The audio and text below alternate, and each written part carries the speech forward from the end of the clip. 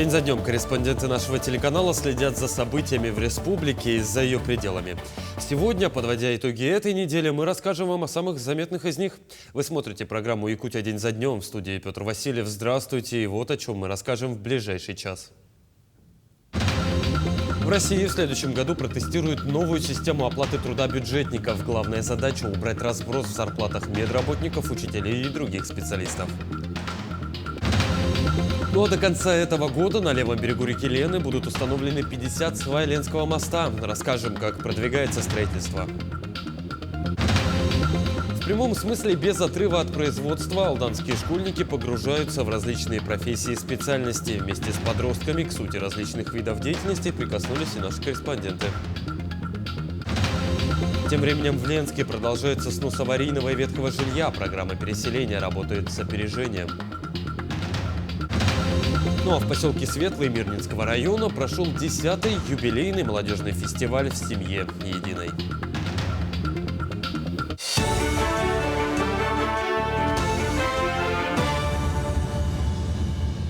Президент России Владимир Путин пообещал продолжать льготную программу перехода на отечественное энергоэффективное отопительное оборудование. Об этом он сообщил во время совещания с членами правительства.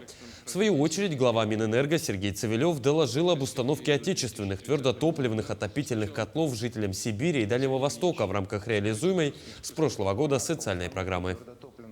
Население Сибири и установили, что социальная программа по установке твердотопливных котлов населения Сибири и Дальневосточного округов разрабатывается по вашему поручению по итогам послания Федеральному собранию.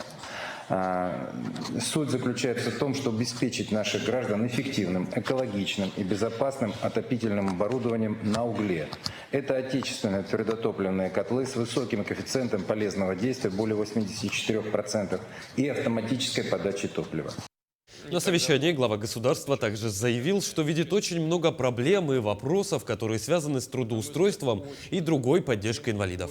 Он отметил, что в процессе общения с участниками специальной военной операции, которые получили инвалидность в ходе боевых действий, они заявили об отсутствии каких-либо подобных проблем. Путин попросил вице-премьера России Дмитрия Чернышенко совместно с его коллегой Татьяной Голиковой, а также Министерством обороны подготовить перечень поручений для работы по этому направлению. Глава государства призвал к индивидуальному подходу к каждому инвалиду. Из того, что я увидел, здесь нужен индивидуальный подход. Там и фонд у нас работает, и все. Нужно, чтобы в регионах работали как следует. Чтобы работали в регионах. Но нужно. Я знаю, коллеги стараются, работают и делают много. Недостаточно. Вот из того, что я увидел, недостаточно. Поэтому правильно, нужно обязательно подготовить такие поручения, во-первых. Во-вторых, сама по себе тема чрезвычайно важна, и обязательно нужно ей заниматься дальше. Общественное движение «Якутия с тобой» продолжает свою работу по оказанию гуманитарной помощи участникам СВО из Якутии. Его волонтеры по всей республике трудятся, чтобы обеспечить бойцов необходимым на первое время и вещами и лекарствами. Подробнее о работе движения расскажет Тимур Колмогоров. С самого утра в цехе главного штаба кипит жизнь. Волонтеры-швеи приходят сюда практически каждый день изготавливать необходимые для бойцов-якутян камуфляжные костюмы, состоящие из 52 наименований. В данный момент с наступления холодов швеи с усердием готовят теплую одежду. Если помогаешь людям, то опять не думаешь, что тяжело или не тяжело. Это главное, сидим и думаем, быстрее закончить, чтобы было тепло им, удобно было. Ксения Иванова – одна из тех швей, которая работает с основания движения с 2022 года. За это время она сшила порядка сотен костюмов и продолжает шить, пока это необходимо. Я сама медик, поэтому нас всегда помогать – это в первую очередь у нас. И когда пожар был, еще там мы с волонтерами работали. В школе 3-го возраста, больше 10 лет тоже я волонтер в студии здоровья и долголетия. Так что всю жизнь помогать. Надо быть милосердным, помогать. Кроме костюмов, волонтеры постоянно плетут маскировочные сети разных размеров. За 2 года работы было изготовлено около 500 сетей с общей площадью 2500 квадратных метров. Цель оправдывает усилия, ведь такие сети могут скрыть технику и бойцов, в особенности от дронов. Поначалу тяжело, руки болят, шея болит, там еще что-нибудь заболит. Но это же все проходит, потому что мы знаем, что для чего мы это делаем. Придешь домой, отдохнешь, а детям можно и 6, и 7 часов поработать. Ничего страшного. Но кто не имеет возможности 6 часов работать, ну приходите хотя бы на 3 часа. На 3. Вот такую сеточку 1,5 на 3, например, я плету, ну за 5-6 часов. Раз в несколько недель движению в плетении сетей группами по 15-20 человек помогают добровольцы-студенты. Тем самым работа продвигается усиленными темпами. Несколько раз, возможно, в неделю там собираются группами в основном и приходят сюда плести сети для бойцов наших. Сеть плести, в принципе, несложно, там нет ничего особо замудренного. Просто главное начать. Первый раз, конечно, трудно, возможно, где-то непонятно, но если практиковаться, то это легко. Всего с начала 2022 года было отправлено порядка 113 тонн гуманитарной помощи. Жители Якутии также вносят свой вклад, принося теплые вещи, материалы для пошива. А самые маленькие из них, дети, отправляют небольшие обереги и письма поддержки находящимся в зоне СВО. За это время у нас отправлено 1944 посылки, собранные с населения, потому что население тоже адресную помощь отправляет, посылки свои. Это мы тоже туда передаем. В целом оказана помощь 3729 мобилизованным. Думаем, что действительно наша помощь нужна, что до нами наши воины с победой возвратили живыми, невредимыми домой к своим семьям. На радость всем нам.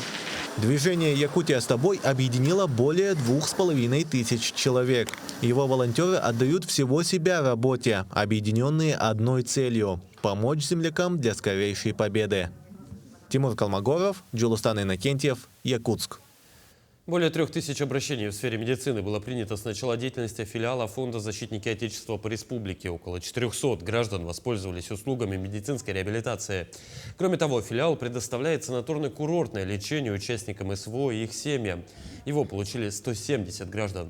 Помощь в прохождении военно-врачебной комиссии или медико-социальной экспертизы получили 30 человек. В этом году диспансеризацию прошли 650 бойцов специальной военной операции. Согласно постановлению правительства Российской Федерации 21 июля 2024 года за номером 835 собраны и направлены на ВВК пакеты документов 8 инвалидов, защитников Донбасса и частных военных компаний, имеющих удостоверение ветерана боевых действий для признания военной травмы причиной инвалидности. В филиале ежедневно ведут прием 2 медицинских психолога, Якутского республиканского психолога неврологического диспансера.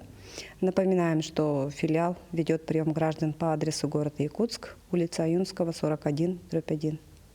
Объединить уникальные природные ресурсы Якутии и передовые научные разработки. Якутские ученые совместно с компанией «Хатутент» разработали инновационную броню на основе местной глины, которую добывают в определенном месте Якутии.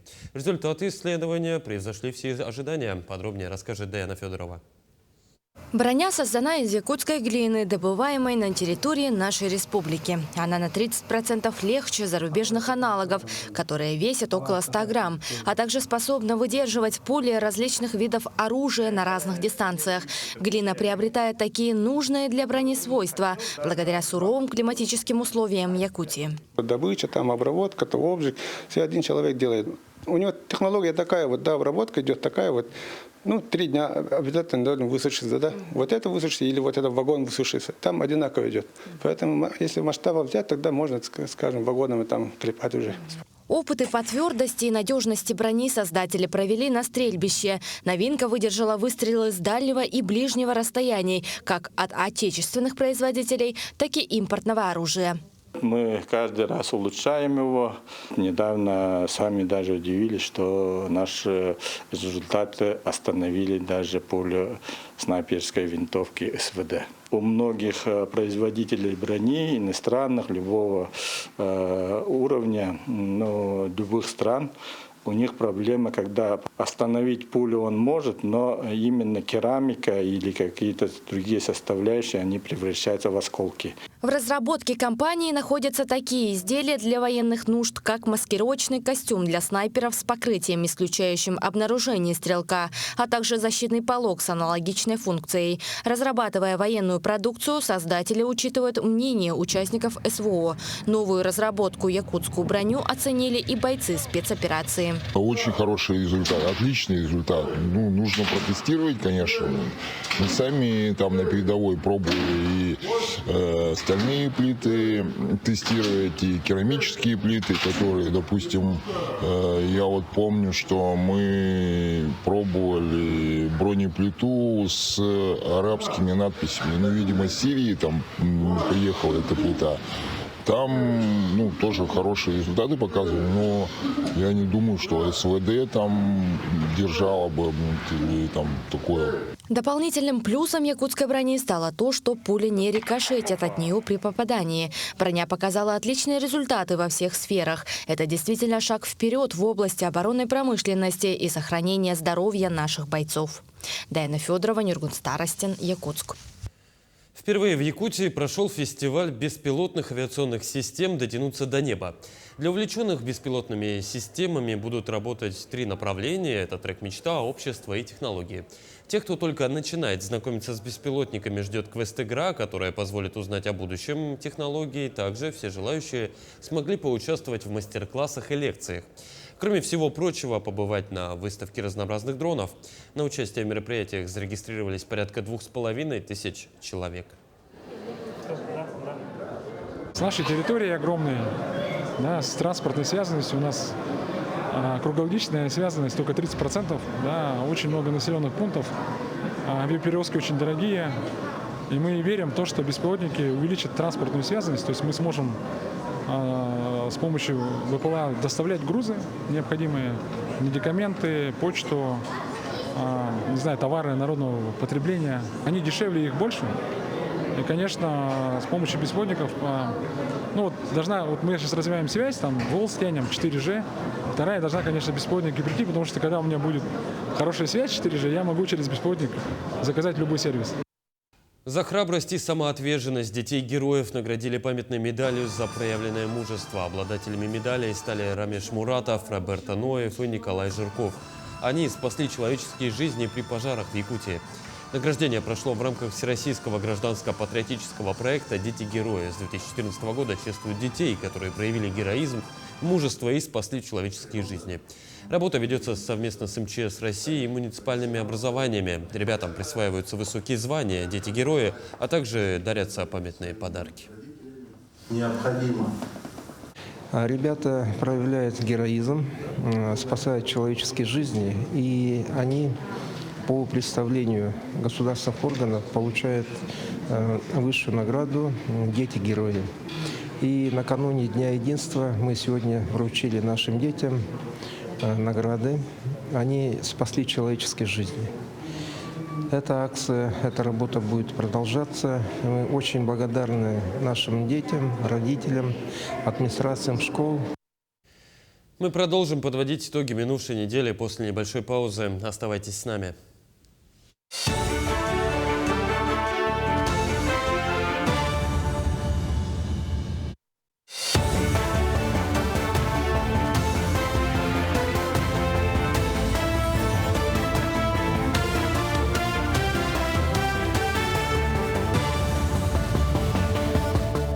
Это итоги недели, мы продолжаем. Алроса выполнит все производственные показатели в этом году. Глава региона Айсан Николаев и генеральный директор, председатель правления Алроса Павел Маринычев обсудили ожидаемые результаты работы в компании в текущем году. В этом году Алроса поставит очередной исторический рекорд по горной массе. Все производственные показатели будут выполнены в полном объеме. Также компания выполнит и все социальные обязательства. Айсан Николаев отметил высокую социальную ответственность компании, в частности, вклад в социально-экономическое развитие Мирнинского района. Сейчас наше месторождение как раз переживает такой период, что наибольшее количество горной массы мы в год перерабатываем. доложил о том, что все производственные показатели по году будут выполнены, безусловно, в полном объеме. Также компания, безусловно, выполнит все свои обязательства перед акционерами и перед работниками. Компания остается одной из самых социально ответственных компаний в нашей стране. Меры социальной поддержки предоставляются различным категориям граждан. Например, в Нерюнгринском районе на постоянной основе идет большая работа по оказанию помощи нуждающимся в ней, как материальная, так и нематериальная. Подробнее о некоторых мероприятиях расскажут наши коллеги. Особое внимание многодетным. Так, один из родителей многодетной семьи может подать заявление о назначении льготы в виде выплаты в размере 30% от начисленных жилищно-коммунальных услуг. Для получения льготы необходимо подтвердить статус многодетной семьи, а также оплату услуг ЖКХ за прошедшие 12 месяцев. Льготы предоставляются в виде ежемесячной выплаты в размере 30% от расходов за коммунальные и жилищные услуги, в том числе за твердое топливо, за наем по договору социального найма, за взносы за капитальный ремонт. Как назначается выплата? Это по заявлению одного из родителей многодетной семьи. Заявление подается один раз в год. Выплата назначается с месяца обращения сроком на 12 месяцев.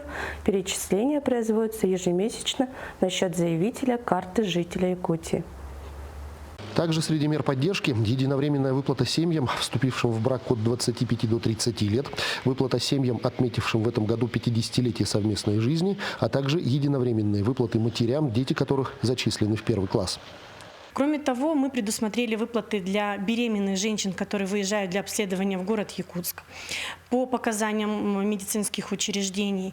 И кроме этого, мы продолжили реализацию тех мер, которые у нас были заложены ранее. Это акция новому жителю Нерюнгринского района, которая предусматривает выдачу наборов первоочередных вещей и атрибутов для новорожденных. Это выдача комплексов витаминов для женщин, которые встали на учет по беременности и родам. Мы продолжили оплату проезда для малообеспеченных студентов, которые обучаются здесь, на территории Нерюнгринского района, и посещают эти учреждения из других поселков.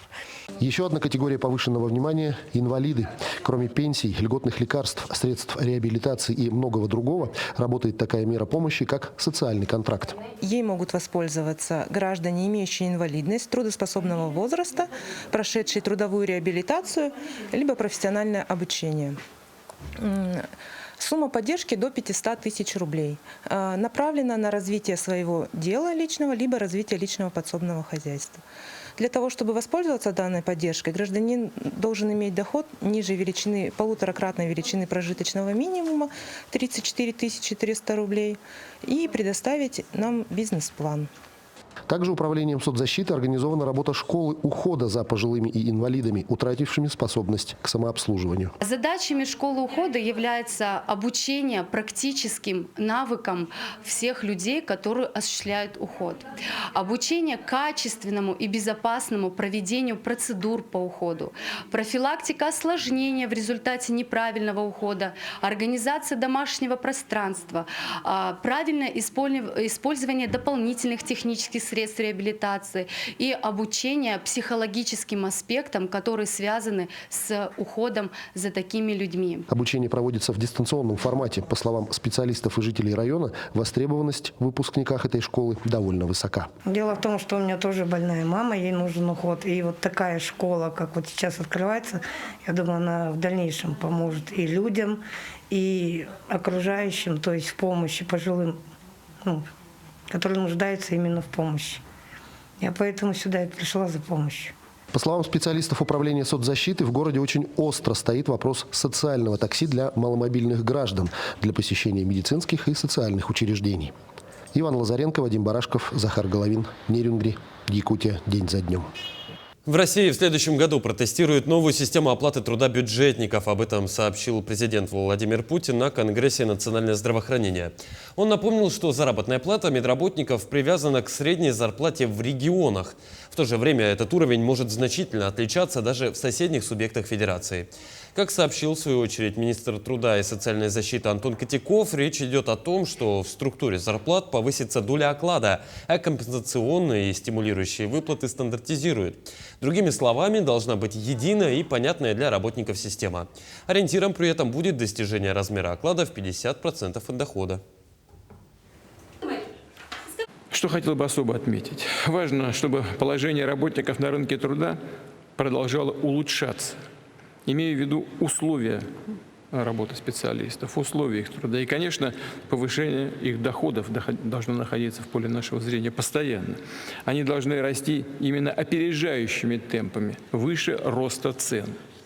Повторю, российская экономика должна стать экономикой высоких заработных плат. В этом ключ к повышению эффективности самого производства.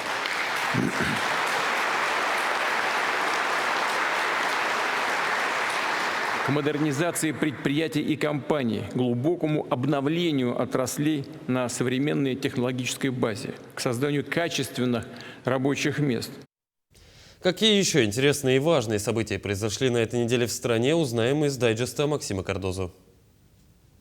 Приветствую! Как обычно, неделя выдалась насыщенная. Сегодня в дайджесте ЧП в Карачаево-Черкесии, суперштраф для Google, декреты для мужчин и сбежавший страус. Поехали! Эта неделя началась с масштабных учений по применению ядерного оружия. Вторых в этом году. Как сообщила Минобороны, тренировка включала все компоненты ядерной триады и состоялась под руководством президента страны. В ходе мероприятий межконтинентальная баллистическая ракета «Ярс» была запущена с испытательного космодрома Плесецк, поразив цель на полигоне Кура на Камчатке. А из акватории Баренцева и Охотского морей атомные подлодки запустили баллистические ракеты «Синева» и «Булава». Также в учениях приняла участие стратегическая авиация нашей страны. В Минобороны подчеркнули, что все задачи успешно были выполнены в полном объеме.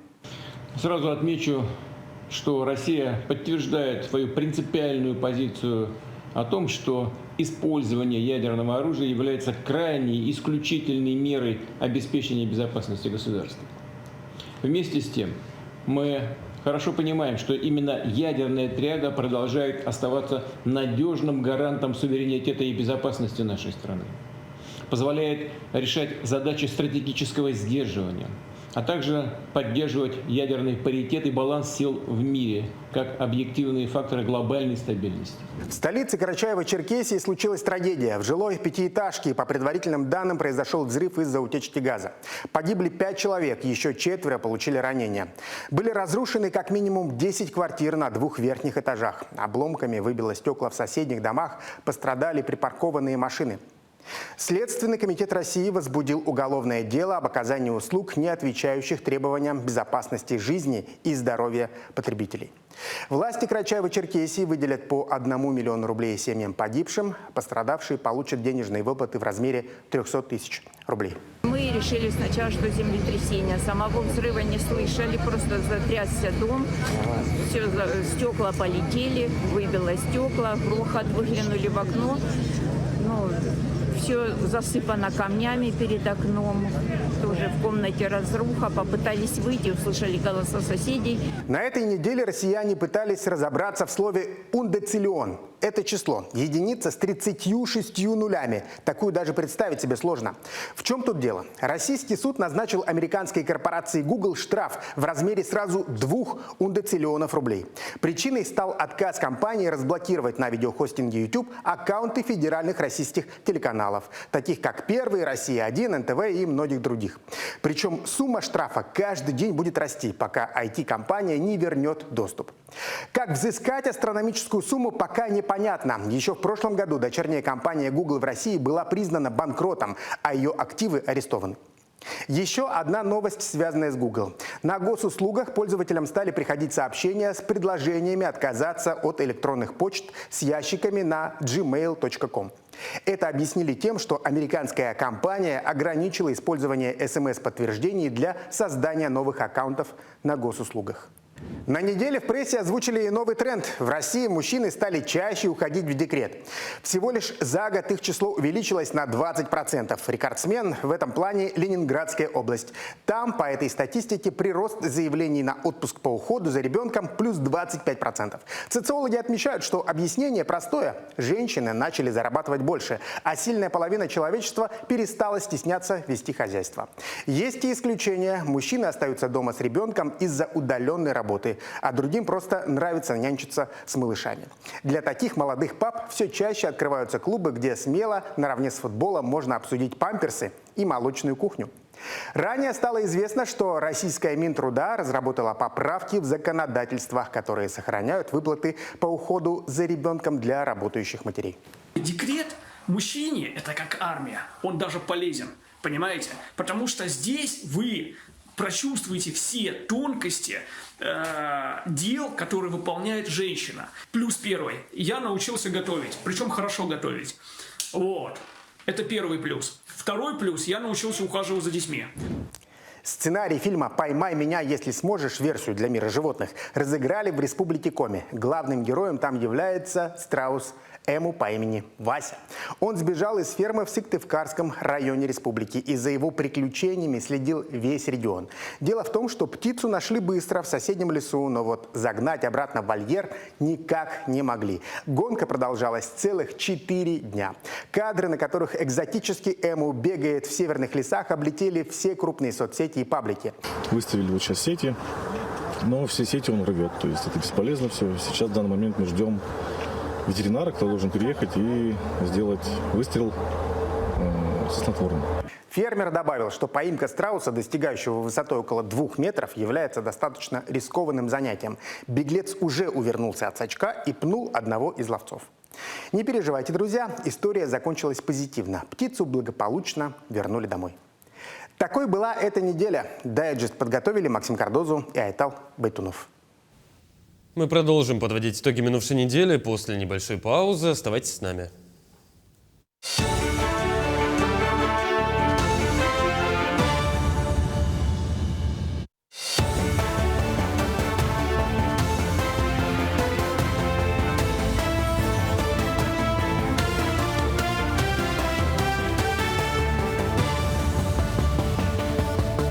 Это итоги недели, мы продолжаем. 2 недели назад на берегу реки Лены в районе поселка Старая Табага торжественно забили первую сваю долгожданного Ленского моста.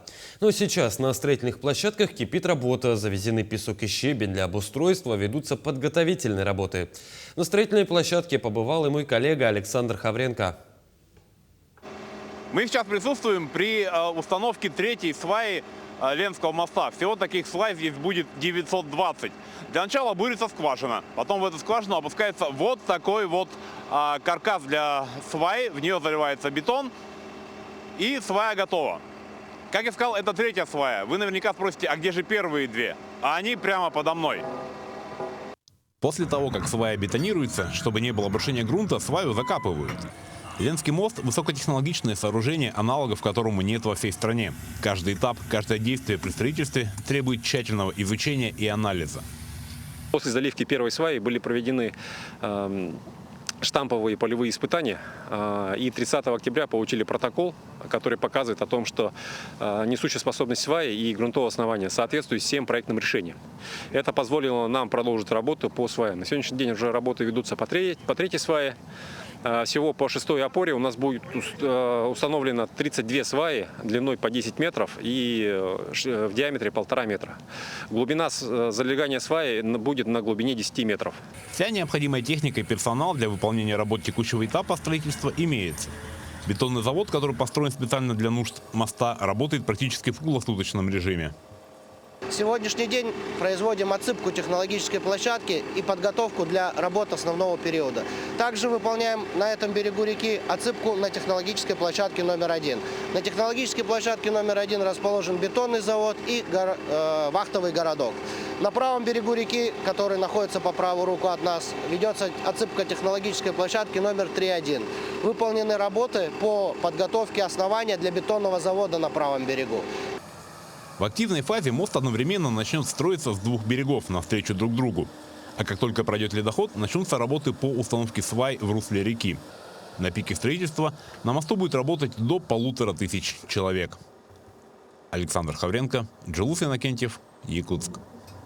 75 семей получат новое жилье взамен утраченного полностью в результате весеннего паводка в Намском районе. Об этом сообщил премьер Якутии Кирилл Бычков в ходе выездного совещания по аварийно-восстановительным работам.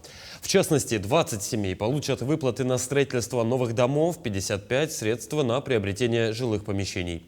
При этом сегодня продолжается возведение жилых домов в населенных пунктах, которые пострадали при наводнении. 4 дома уже сданы, строительство еще 15 завершится в ближайшее время. Жилье строится за счет подрядчиков, средства строителям, компаниям будут возмещены. Огромная работа была проведена главой нашей республики Айсеном Сергеевичем Николаевым с Министерством финансов России. В этой части ими достигнуто соглашение о предоставлении финансирования из федерального бюджета. Деньги вот у нас сейчас поступают в ноябре. Полная раскостировка произойдет. Мы сегодня с главами наслегов как раз обсуждали, каким образом доводятся деньги до населения, нужна ли отчетность, какие-то процедуры особенные. Нет, максимально эти процедуры все минимизированы для того, чтобы люди просто получили компенсацию исходя из нормативов, которые установлены в рамках ЧС федеральным законодательством. В Ленске продолжается снос аварийного и ветхого жилья. Программа переселения работает с опережением, благодаря чему пустующих домов с каждым годом становится все меньше. За несколько лет действия программы было снесено более 70 освободившихся двухэтажек. На данный момент в городе еще около 50 заброшенных домов, которые ждут своей очереди. Они становятся объектами притяжения для лиц без определенного места жительства. Также регулярно там собирается детвора. Не раз совершались и поджоги. Благо, что люди переселяются, программа работает, но проблема в городе у нас с неснесенными, расселенными, неснесенными домами. Сегодня у нас на текущий момент таких домов 50 пустующих. До конца года еще появится 40, когда мы переселим 500 человек. И в следующем году, к концу реализации программы, еще плюс 41 дом. Большое количество, конечно, в случае наличия торговки постараемся еще объявить аукцион и продолжить эту работу. Конечно, потребность колоссальная в сносе. Снести один дом только по проектно-сметной документации мы обязаны. И средняя стоимость порядка 3–3,5 миллионов. В рамках реализации мастер-плана Якутска предусмотрено не только обновление автобусов, но и изменение схем движения. С 20 ноября в столице республики 10 автобусных маршрутов будут ездить по новым правилам. Даяна Федорова продолжит. Настало время новой эпохи городского транспорта. По плану в 2027 году появятся транспортные хабы и билеты с пересадкой. Ну а пока в свои права вступает первый этап реформы, где пассажиры и перевозчики столкнутся с масштабными изменениями. С 20 ноября 4 и 14 сойдут с проспекта Ленина в центральной части. 35, 7 и 12 будут закольцованы, что позволит удобнее использовать их для пересадок. 2 будет ездить с конечной остановки «Птицефабрика» по Сергеляхскому шоссе с заездом на Халтурина. 5 станет проезжать по проспекту Михаила Николаева. Ну а 6 будет курсировать с конечки 3 Сосны по Вилюйскому тракту, далее по обычному маршруту. 16 будет ездить по улицам Воинская и Сергеляхское шоссе до конечной колонии номер 1. Ну а 19 будет курсировать с медцентра с заездом на Пироговой и Кальвицу до паромной переправы. Конечно, нет. Никаких удобств. Пробки стоять. И люди тоже будут стоять в пробке вместе с нами. И все. Я с 93-го работаю на 4 до сих пор. Я ездил по этому маршруту. Ну, вы знаете, мы люди маленькие, нам что сказали, то и делаем. Мы ничего не можем сделать другого. Каждый хочет работать. 25 и 15 сняли с маршрутов. Отчасти их заменит новый маршрут, номер 12. Планируется, что это позволит сократить время в пути и уменьшит количество пересадок. Думаю, это немного неудобно будет для людей. А то порой человек может не узнать, что схема автобуса поменялась. Как будто слишком долго будет сюда ездить. И удобно, и неудобно. Ну, часто меняют маршруты, вот они. Вот сейчас не знаю, как 18-й ходит или по автодорожке, или по Чернышевке. Вот приехала сюда вот, на Прометей, чтобы уехать на 18-м на речевую школу. Пока не знаю. Пока вот появится, тогда и посмотрим. Так, уверен, что, наверное, будет лучше. Ага. Для некоторых будет неудобно, ну, скорее всего, даже большинству. Но я думаю, что это все равно пойдет на пользу, типа. Нормально. Я, в принципе, неприхотливый человек. Изменение схем движения сделаны для того, чтобы разгрузить центр и дать автобусную доступность окраинам, а также сбалансировать перегруженные и недогруженные автобусы. Теперь конкурсы на маршруты будут проводиться укрупненными лотами. В рамках новых контрактов по пассажирским перевозкам разделили маршруты по лотам, то есть по 3 маршрута в лот. Всего будет 5 лотов. В лоте будет рентабельный маршрут, типа маршрутов 24, 35 и так далее. Да. Менее рентабельный маршрут, то есть более средний, с исполнением по пассажирским перевозкам на текущий момент около 80-90%. И будет нерентабельный маршрут также в лоте. Для упрощения понимания новой схемы предусмотрено внедрение современных технологий. В дальнейшем пассажиры смогут отслеживать местоположение автобусов в реальном времени через мобильное приложение. Ну а повышение цен на проезд в ближайшее время не ожидается. Таяна Федорова, Георгий Григорьев, Якутск. В прямом смысле, без отрыва от производства, алданские школьники погружаются в различные профессии и специальности. В рамках всероссийского профориентационного проекта «Билет в будущее» старшеклассники ходят на экскурсии на предприятия и организации. Сотрудники рассказывают ребятам, с чем им приходится сталкиваться ежедневно. Вместе с подростками к сути различных видов деятельности прикоснулись и наши корреспонденты. В Алданской центральной районной больнице восьмиклассники школы номер 2 оказались вовсе не в качестве пациентов. Сюда ребята прибыли на экскурсию.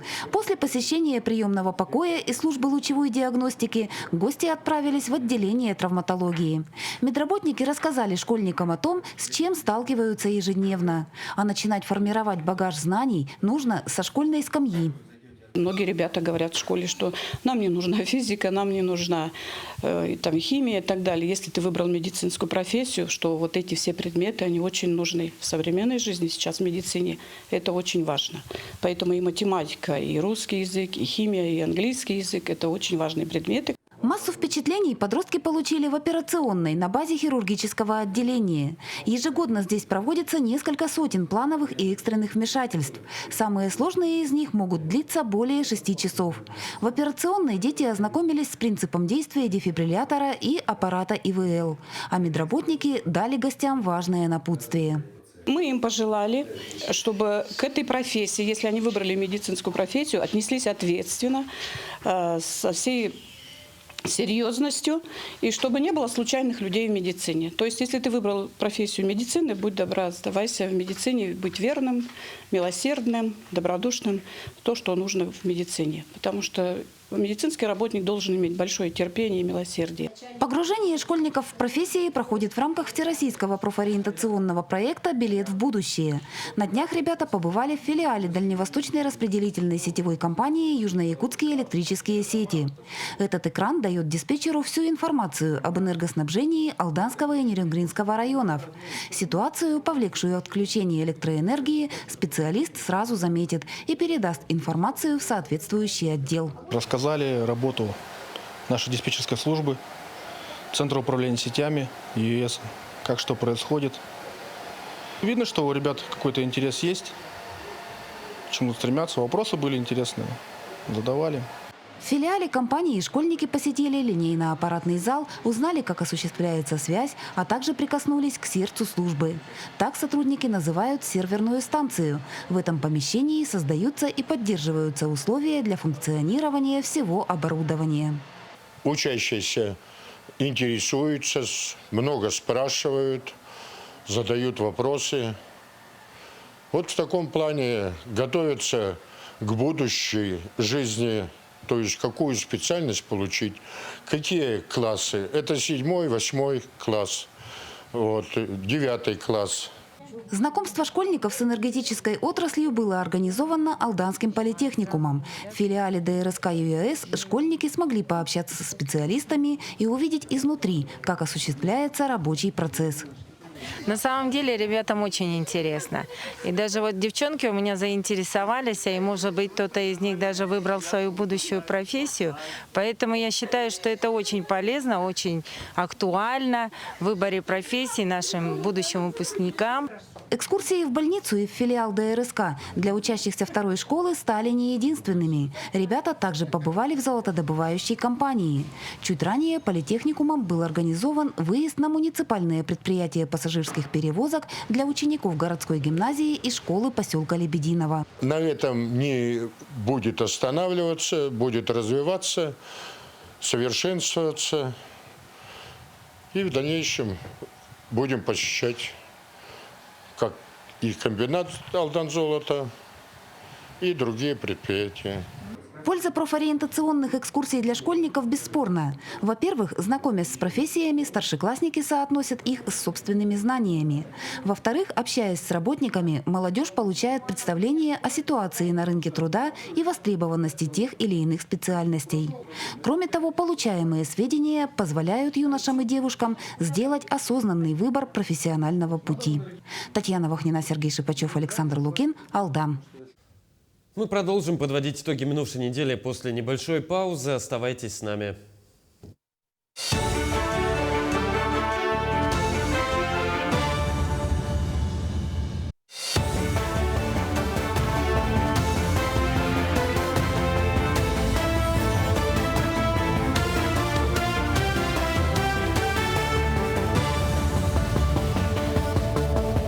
Это итоги недели, мы продолжаем.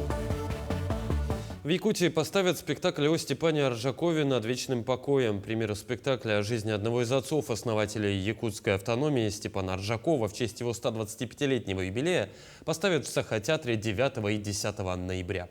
Пьеса известного драматурга Дмитрия Наумова рассказывает о главных событиях жизни Аржакова, начиная с автономии до суровых репрессий. Основанные на архивных документах факты оживают на сцене. Билеты уже в продаже, действует «Пушкинская карта». Режиссер постановки, заслуженный деятель искусств республики Руслан Тараховский.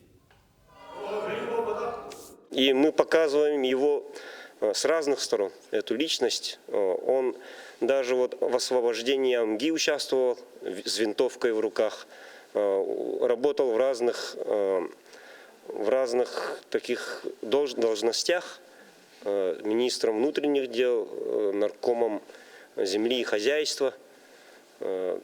И еще показываем семейную его жизнь, как отца, семейства. Поэтому будет многосторонне будем показывать, поэтому, наверное, будет нам, зрителям, интересно. Юные гимнастки Якутии и их наставники отметили День тренера в самом красивом гимнастическом зале республики в ДЮСШ номер 9. Главным событием стала контрольная тренировка от олимпийской чемпионки Ксении Дудкиной. Принять участие в важном событии съехались сотни гимнасток и тренеров из разных школ и клубов со всех уголков региона.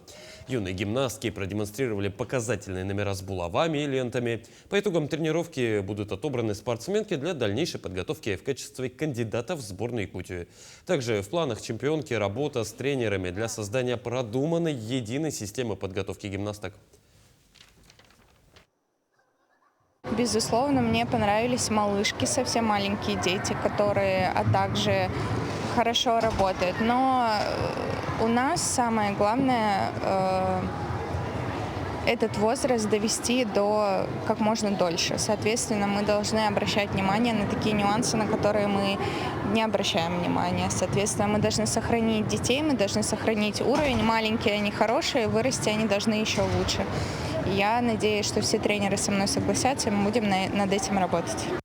Более 150 молодых людей со всего Алмазного края продемонстрировали вокальные и танцевальные номера, пропитанные национальным колоритом. В поселке Светлый Мирнинского района прошел 10-й юбилейный молодежный фестиваль «В семье единой». За ним наблюдала Анна Васильева. Накануне государственного российского праздника Дня народного единства творческая активная молодежь Мирнинского района приняла участие в 10-м районном молодежном фестивале национальных культур «В семье единой». По традиции фестиваль прошел на базе Светлинского индустриального техникума. Что такое фестиваль? Это прежде всего знакомство молодых людей, знакомство с культурой разных народов. И главной целью его является действительно, чтобы наша молодежь, как граждане многонациональной страны, знали, сколько народов проживает на территории Российской Федерации, какая в Российской Федерации сохраняется уникальная культура этих народов. Вот. И фестиваль наш – это вот небольшой такой мостик к этим знаниям, чтобы у молодых людей проявился интерес, чтобы потом они начали заниматься, возможно, одним или другим направлением. По традиции фестиваль начался с выставки декоративно-прикладного творчества, где были представлены работы в разных техниках, изделия из кожи и дерева, национальные куклы ручной работы и многое другое. На этой выставке мы видим связь сакральных духов вырывания народа Саха Ал-Лукмас Вепесалонко. Получается тогда. У нас, как вы видите, у нас вот тут Ал-Лукмас, который соединяет три мира. Это у нас верхний, средний, также нижний. В среднем мире, значит, живут ичи, защитники от злых духов. А на верхнем мире живут божьи, то есть аила. 12 аила, они там живут, и каждый ае делает свою определенную роль. Зачем мы это все делаем? Да? Зачем? Почему? Потому что сейчас наш язык исчезает. Поэтому мы вот таким подходом, вот таким мотивом подходим к молодежи и обучаем индивидуально.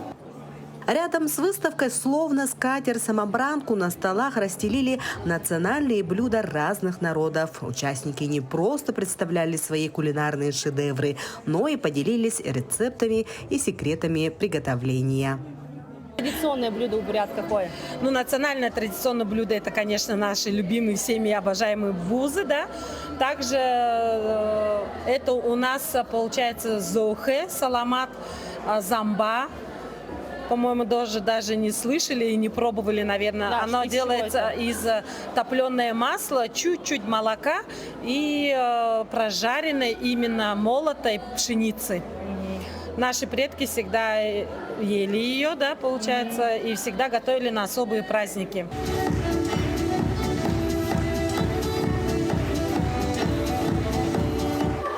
Чем он отличается, скажем так, от скрипки? Потому что я вижу форма скрипки. Это реконструкция сохора, древнего инструмента хура у бурят. Часто путают с маринхуром, но это не маринхур далеко, потому что здесь и постановка другая, струны другие. Она больше похожа на скрипку. Позаимствовали четырехструнный лад, да? Смычок полностью скрипичный, ну и только постановка виолончельная. Фестиваль – это действительно консолидация этнокультурного самосознания и гордости за национальную культуру в молодежной среде, сохранение атмосферы гражданского мира, межэтнического согласия и дружбы народов. Действительно, фестиваль еще раз доказал сплоченность, дружбу и братство самого многонационального района Якутии. Анна Васильева, Якутия день за днем. В ботаническом саду Владивостока пик цветения георгинов и хризантем. Теплая осень, пожалуй, лучшее время для того, чтобы прогуляться по дорожкам открытой экспозиции. Сейчас здесь не менее ярко, чем в середине лета. Подробности расскажет Лиана Михайлова. В Владивостоке наступила осень, а значит, начинается пора длительных пеших прогулок на свежем воздухе. Несмотря на то, что ботанический сад покрыт оттенками оранжевого и желтого цвета, прекрасные цветы продолжают цвести и пахнуть. Владивостокский ботанический сад, основанный в 1949 году, занимает площадь более 100 гектаров, является одним из крупнейших ботанических садов Дальнего Востока. Осенью сад демонстрирует разнообразие флоры, где можно увидеть более 2500 видов растений. С приходом осени листья деревьев и кустарников окрашиваются в яркие оттенки, что делает его особенно привлекательным для посетителей. Сегодня я посетила ботанический сад со своими друзьями. Здесь очень красиво. Сад наполнен осенней атмосферой. Здесь могут приезжать люди со своей семьей, отдохнуть, прогуляться и просто насладиться осенней атмосферой. Посетить ботанический сад осенью – это возможность увидеть уникальные коллекции растений, включая хвойные, лиственные, экзотические виды. Ботанический сад открыт для посещения круглый год и предлагает различные маршруты для прогулок и изучения природы. В коллекции ботсада более 200 сортов георгинов. Вместе с ними начинают цвести и хризантемы. Пик их цветения приходится на октябрь. Сегодня я впервые была в ботаническом саду. Мне всегда рекомендовали его посетить. Ботанический сад очень большой. Тут можно увидеть большие громадные деревья, экспозиции с разными сортами цветов. Также помимо растений можно увидеть животных, например, кроликов и рыбок в пруду. Также их можно покормить. Владивостокский ботанический сад в осенний период превращается в настоящий рай для любителей природы. Лиана Михайлова, Владивосток. Такое увидели минувшую неделю наши корреспонденты. Это была итоговая программа «Якутия. День за днем». Мы продолжим следить за развитием событий в республике и за ее пределами. Но я с вами прощаюсь. Всего доброго и до встречи.